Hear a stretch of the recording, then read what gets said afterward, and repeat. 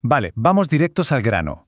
Hoy vamos a adentrarnos en una explicación súper cautivadora que desglosa la compleja teología de la guerra espiritual, la demonología y las jerarquías angelicales. Todo esto basándonos en los detallados relatos del padre Chad Ripperger. Es fascinante cómo al examinar esta información se nos revela una estructura cósmica tremendamente rígida. A lo largo del análisis de hoy vamos a usar datos reales de conflictos espirituales muy intensos para ver unas reglas que parecen sacadas directamente de un manual militar. Así que sin más preámbulos, vamos a explorar todo este terreno. Y fijaos bien en esta frase de aquí, porque es increíble cómo captura a la perfección esa realidad de altísimo riesgo que se vive en los exorcismos modernos. En los informes que se han examinado, la figura de María se describe utilizando literalmente esta terminología tan abrumadora. No nos la presentan simplemente como una intercesora compasiva, sino como una fuerza absoluta e imparable que irrumpe en el campo de batalla. Es una metáfora brutal que te hace replantearte al instante cómo funciona realmente la dinámica de poder en estos escenarios. Pero claro, esto nos lleva de cabeza a un misterio muy profundo que vamos a investigar en esta explicación. Imaginad la escena, ¿vale? Un conflicto espiritual súper intenso, muy prolongado y, de repente, se detiene por completo sin que nadie pronuncie ni una sola palabra. ¿Cuáles son exactamente esas reglas cósmicas subyacentes que le dan a una figura completamente silenciosa un poder coercitivo tan absoluto sobre estas entidades oscuras? Para entenderlo bien, tenemos que examinar la evidencia. Sección 1. El arma espiritual definitiva. Para empezar a desenredar todo este marco conceptual, tenemos que ir a los datos puros y duros extraídos de estos conflictos. Y estos números son espectaculares. Hablamos de entre un 60 y un 70% de las veces. Es la increíble frecuencia con la que esta figura simplemente aparece en los casos documentados. Lo más fuerte de los relatos del padre Ripperger es que ella no necesita hablar. 0 palabras. Su simple presencia hace que las entidades demoníacas muestren al instante una expresión de pánico absoluto.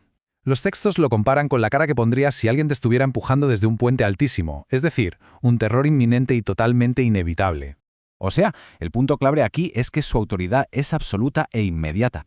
Y ocurre en una especie de secuencia de película muy específica. Los que han estado presentes relatan que el suelo se abre visualmente revelando un abismo. La entidad es literalmente arrancada de la persona por la fuerza. Cae por ese vacío, todo se cierra y la figura simplemente desaparece. La resistencia demoníaca se acaba al 100%. Ni un diálogo, ni una pelea, todo termina ahí. Pasamos a la sección 2. Dentro de la jerarquía demoníaca. Claro, para entender de verdad por qué pasa algo tan drástico, tenemos que cambiar un poco la perspectiva y mirar las reglas tan rígidas que gobiernan este reino oscuro. Hay una anécdota lingüística súper reveladora en estos relatos. El padre Ripperger señala que los demonios están completamente obsesionados con su posición exacta en la jerarquía. Resulta que en un caso interactuaba con un demonio al que llamaba pequeñito, pensando lógicamente que era por una cuestión de tamaño. Pues bien, la entidad le corrigió de manera tajante para dejarle clarísimo que su nombre era pequeño. Y ojo, no tenía nada que ver con lo que medía físicamente, sino que reflejaba su baja estatura y su rango humillante dentro del orden jerárquico súper estricto del infierno. Vamos, que el estatus lo es absolutamente todo para ellos. Y aquí es donde entra en juego la teología de Santo Tomás de Aquino, que es fascinante. Según su visión, el infierno no es algo estático. Pensad en esto. Cada vez que un demonio de mayor rango ejerce poder sobre uno inferior, o logran que un ser humano caiga, sienten una especie de subidón sádico temporal, pero, accidentalmente, están aumentando su propia vergüenza eterna. Y la vergüenza aquí se define como ser percibido como inferior. Es una espiral de locos en la que sus propias maldades los hunden y degradan aún más en esa estricta jerarquía. Sección 3. La rebelión angelical. Para profundizar, nos viene muy bien echar un vistazo a la historia de estas entidades antes de caer en desgracia. Y aquí nos encontramos con una ironía cósmica espectacular. Resulta que este demonio, el que estaba tan obsesionado con ser pequeño, confesó que originalmente fue creado para estar en la cima. Literalmente era el ángel designado para liderar la jerarquía de servidores creada específicamente para María. Es un detalle teológico increíble. El profundo sufrimiento de esta entidad viene precisamente de haber perdido su lugar VIP en la cúspide de una estructura de comunicación que estaba hecha entera y exclusivamente para recibir y ejecutar las órdenes de ella. Esto nos ilustra a la perfección esa estructura de estilo casi militar que tiene el cielo en estos textos. Nos explica cómo habrían fluido las órdenes en esa jerarquía original que este ángel caído echó a perder. Es muy directo. El rango superior recibe el conocimiento de Dios, el rango medio supervisa y el rango inferior ejecuta. Al revelarse, este demonio en concreto perdió el enchufe directo como conducto de información de esa estructura y terminó en la parte más baja y humillante de la oscuridad. Sección 4. El poder de la virtud perfecta.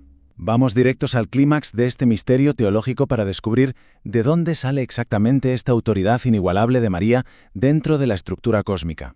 Durante los interrogatorios, el padre Ripperger intentó dar en el clavo y averiguar cuál fue el momento exacto que le otorgó a esta figura ese poder tan absoluto. Y lo que pasó después fue un proceso de descarte teológico que, la verdad, te deja bastante sorprendido. A ver, él empezó a sugerir opciones. Primero dijo la asunción, el momento de ser llevada al cielo. Pero el demonio le corrigió en seco. Le dijo que ese fue su mayor triunfo, por vivir la vida totalmente sin pecado. Luego sugirió la coronación como reina del cielo. Y otra vez, corrección. Ese fue su mayor honor, el momento en que Dios destacó sus perfecciones. Pero el demonio dejó clarísimo que ninguno de esos dos eventos fue en realidad su momento más glorioso. Entonces, ¿cuál fue? Pues el punto crucial se revela justo aquí. Cuando por fin se le obligó a responder cuál fue el momento más glorioso de toda la historia aparte de la pasión de Cristo, la entidad contestó estar al pie de la cruz en perfecta virtud. O sea, el origen supremo de su poder no fue una coronación deslumbrante, se forjó en ese preciso instante de puro sacrificio silencioso y virtud absoluta en medio del peor sufrimiento imaginable. Para pillar bien el peso de todo esto, tenemos que ver cómo definía Santo Tomás de Aquino la gloria. Él la llamaba la manifestación de la excelencia. Siguiendo esta regla, el simple hecho de estar allí en el Calvario, aguantando ese dolor sin flaquear ni un milímetro en su virtud, fue la mayor manifestación de excelencia de toda la creación. En este marco conceptual, esa virtud tan perfecta es exactamente lo que le da una autoridad incomparable sobre cualquier fuerza maligna. Y llegamos a la sección 5, una relación divina única. Vamos a encajar la última pieza del puzzle para ver cómo todo esto se aplica a su papel en la guerra espiritual de hoy en día. Lo que subrayan los relatos es que toda su vida fue de una sumisión impecable.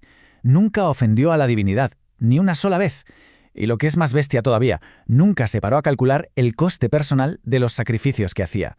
Como siempre buscaba agradar sin medir las consecuencias para ella misma, se creó un nivel de confianza a prueba de bombas. Por eso, la teología sostiene que jamás se le niega absolutamente nada de lo que pide. Y claro, esta confianza absoluta tiene unos efectos súper tangibles en el campo de batalla espiritual. Los demonios admiten sin ningún tapujo que si la mirada de ellas se fija en un alma que está en gracia, la salvación de esa persona está aseguradísima. Les entra un terror visceral porque saben que ese amor tan inmenso por Dios hace que su protección sea un muro impenetrable frente a cualquier ataque. Y así llegamos al corazón de todo este análisis. Este último detalle nos deja con una revelación súper profunda sobre la naturaleza del poder.